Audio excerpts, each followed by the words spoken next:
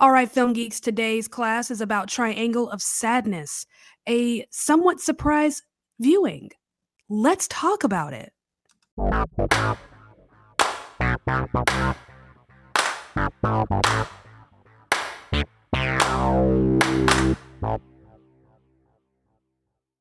What's up, y'all? Welcome back to another episode of All Right, Let's Talk About It. I am your host, Savannah. I do film reviews and film industry commentary, and today we are talking about Triangle of Sadness. So, this movie came as a bit of a surprise to me. So, last time we were all together, I told you that I wasn't quite sure what this week was going to look like. I am seeing Marlowe tonight at 5. Um, Today's February 14th. Happy Valentine's Day. And the rest of the week was going to be, we'll see when we get there because I live in the city of New Orleans and it's Mardi Gras season. For those who do not know, Mardi Gras is not just a day, it is an entire season. It starts January 6th and ends Mardi Gras Day. This year, Mardi Gras Day is February 21st. Now, I live in a part of New Orleans where there are parades. I'm pretty much on a parade route, basically. So driving anywhere is going to be very difficult. Where I live is not quite where the parade will be. However, this will be where I live is pretty much where traffic stops too. So you don't where everything detours. So this is as far as the streetcars will go. This is as far as the buses will go. They're not going to be able to go down St. Charles into downtown at all, starting Friday evening, Thursday evening, Saturday, Sunday, Monday, Tuesday. Parades all day. Yeah, it's not just one big parade, whatever it was you saw on TV. It is multiple parades for 2 months. And it's a lot of fun. I absolutely enjoy it. This is my favorite time of the year. But living where I live, it makes driving very difficult. So I wasn't exactly sure what these next few days, I don't know what these next few days are going to look like. However, I completely forgot that I got a ticket to see Triangle of Sadness 2 days ago on Sunday. I have AMC A-List, which allows you to reserve up to 3 movies for free. It's $20 a month. If you see movies at least once a week, I think it's worth the investment if you have an AMC in your area. It's going to pay for itself within 2 weeks. Totally worth the investment. So I completely forgot. Whenever I'm keeping an eye on Best Picture nominees and any other Oscar nominated films as they're being released, because a lot of them are going to a lot of them are going to re-release before March 12th when the ceremony happens, and I'm trying to watch as many as I can. So I just happened to see Triangle of Sadness is playing my area, and I got a ticket real quick and completely forgot about it. But thank God, when I buy a ticket, it shows up on my calendar, and my calendar is actually on my lock screen. So that's how I saw it driving around Sunday, and I was like, oh wait, I'm going to the movies tonight. Yippee! So yeah, that's what happened. So I went to see this Sunday, and I'm going to tell you right now, 1, there will be spoilers. 2, this is not going to be a very long episode. I don't have a lot to say about this one. Yeah, we're going to keep this relatively short because I really don't have a whole lot to say about this one. So this is Triangle of Sadness, directed by Ruben Östlund. I'm probably mispronouncing his name. He is a Swedish director, stars Harris Dickinson, Charles B. Dean, Dolly De Leon, Woody Harrelson. This movie, so it's nominated for 3 Academy Awards: Best Picture, Best Director, Best Original Screenplay. Okay, where to even begin? So you have a movie. This movie centers around Carl and his girlfriend Yaya. They're both models, and Yaya is also an influencer. And this movie is all about inequities and not being equal. We start off with Carl and Yaya kind of at dinner. Well, it's about 5 minutes in. They're at dinner, and Yaya says, "Thanks, babe, for the dinner," and insinuating that he's going to pay. And he gets a little upset about it. And he keeps trying to tell her, it's not about the money. It's, last night you said you would pay, you take care of it. Now you're expecting me to do it. And she's not understanding. She thinks it's about money. She thinks this is about the fact that as a male model, he makes less, not just as a male model, but also as an influencer, because she's an influencer. That she thinks this is about her. Speak, Savannah. She thinks this is about the fact that he makes less money than she does. And she seems to think maybe he's worried that he can't afford it. And he's like, no, that's not what it's about. He is upset because he feels like he's being kind of used. And two, he feels like he's not equal. He just wants to be equal. And he says that, but she's still not understanding it. He wants to be an equal partner in their relationship, and he doesn't feel like an equal partner. I think in a way he feels somewhat emasculated and he feels less than. So that's our introduction into the theme of this movie, inequities. They end up on a yacht cruise, a trip that they actually won. Well, she won because she's an influencer. And they're surrounded by all these other rich individuals on this yacht, kind of a pleasure cruise, if you will, and the help. So you have your waiters, waitresses, people who tend to them, people who clean things, the maid staff. And normally in movies like this, where, it's all about a yacht cruise, the rich and famous, the people who are the help often fade into the background, but that's not what's happening here. They are very much a part of the story. If anything, they're actually driving this part of the story. The story is broken into three parts. And this middle part, which is the yacht, the story is driven by the help. They are driving the story, even though our leads are these two models. There was just some interesting things. Okay, now it's all starting to make sense. Now, before I started this podcast, because I was going to record yesterday, didn't record because I was like, I still don't know how I feel. It's starting to make sense to me now why this was nominated. Because before I'm like, I don't get it. I don't get it. What was it about this that was worth a vote? I'm getting it now. So this movie is broken into three parts. You have Carl and Yaya. I forget what part one is called. The yacht and then the island. And in each part, the focus and the perspective shifts. And we're getting the same story, but we're getting three slightly different perspectives of this story. And but it's interesting how the theme remains the same, yet it's broken into three parts, and we're getting this same theme, the same message is very consistent, yet from three separate perspectives. We start with Carl's perspective of being unequal. We start with the help's perspective of being unequal. And then we get this kind of collective perspective of inequality when they're stranded on an island after their yacht is attacked by a pirate, and now they have nothing. They have nothing. They're begging one another for food, sleeping with one another for food, and trying to figure out how to fish and how to cook octopus. And now it's the help that's in charge, and the rich and famous individuals have to do everything they say in order to survive. So we have these multiple perspectives on this one issue, yet a very consistent message. Okay, it makes sense to me now why this is nominated. It's those little details. Now, when I was watching this afterwards, the first thing that popped into my head was Babylon. I enjoyed Babylon very much. The movie's a mess. The movie's a hot mess.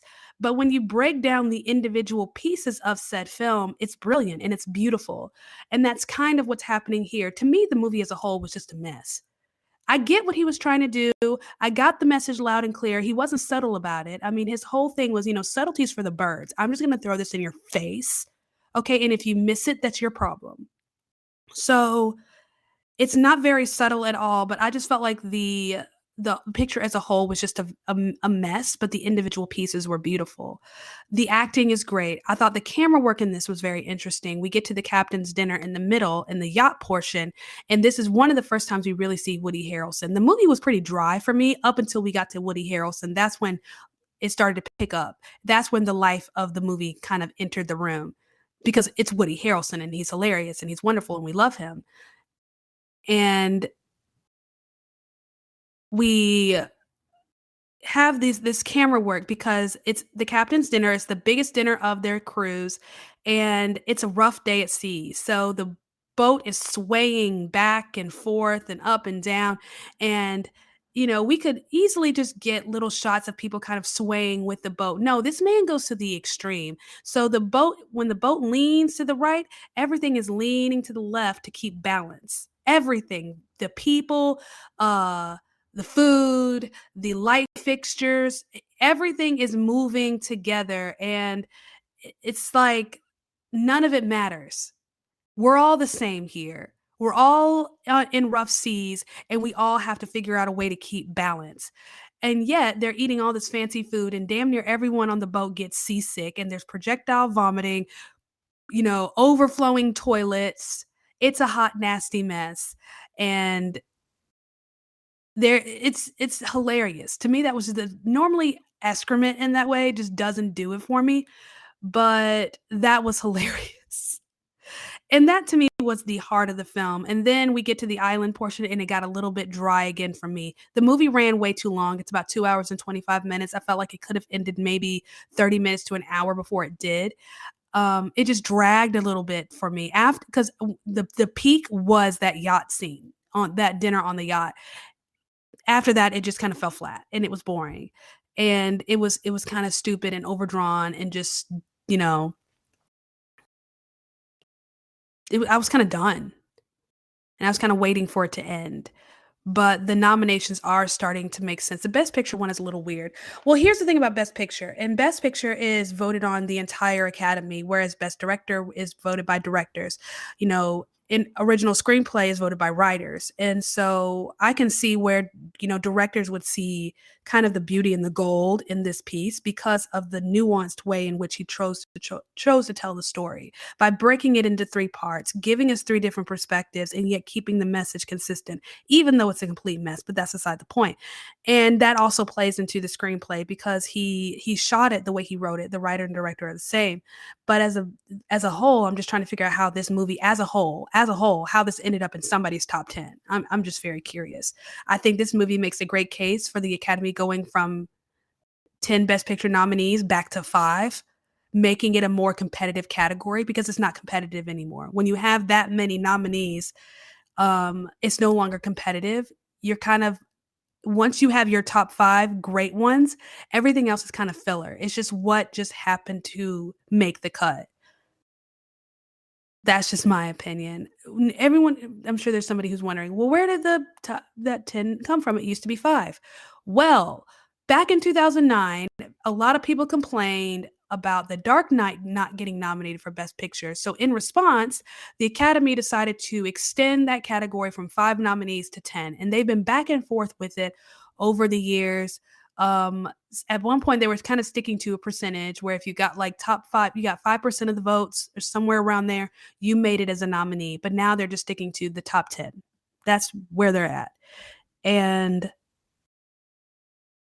yeah, I think they should just go back to 5, go back to what they were originally doing, because movies like this end up being nominated when I don't think this is worthy of a nomination of any kind for Best Picture. Best Director, yeah, I'm not gonna argue with that one. Best Original Screenplay, sure, sure. Best Picture, I'm not so sure. I'm not convinced. So, that's really I'm not even sure what else to say about that's it. That's all I've got to say about this one. It's just it's incredibly simple and but it's also kind of dry and a little boring and it doesn't really give you much, but it's funny. It's definitely humorous and it got that kind of dark, almost European kind of humor.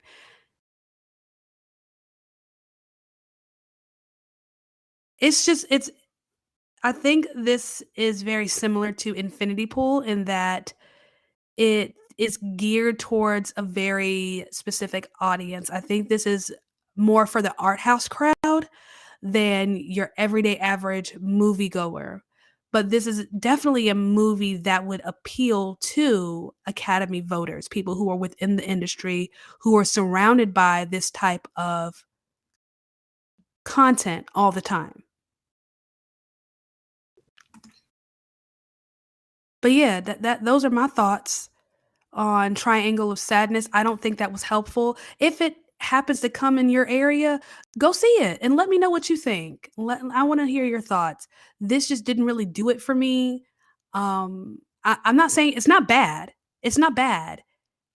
I don't think I was a target audience, which I find to be very unfortunate.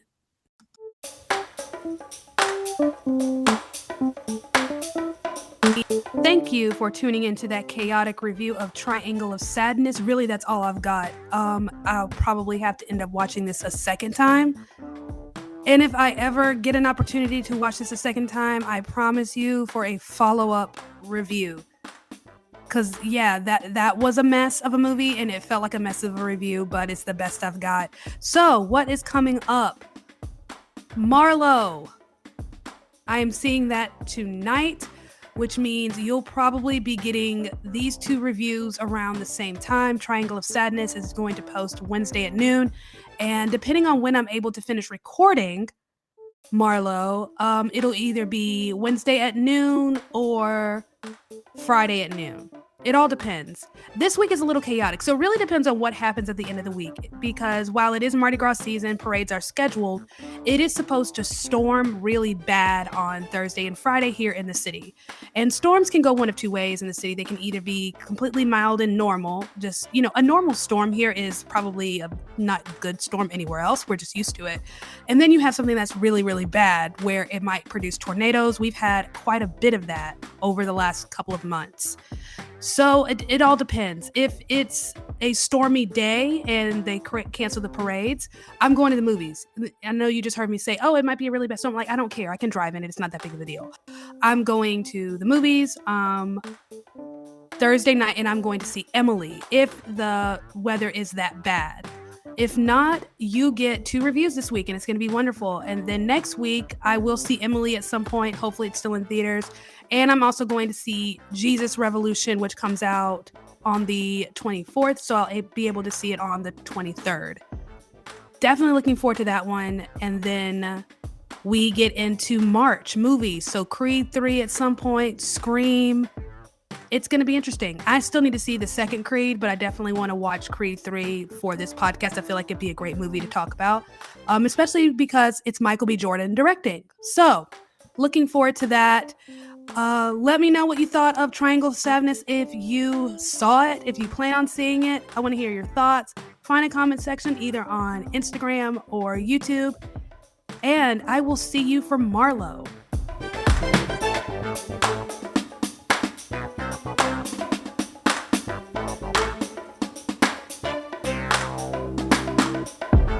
Want to advertise on this podcast? Check the episode description to see how you can be featured on the next episode.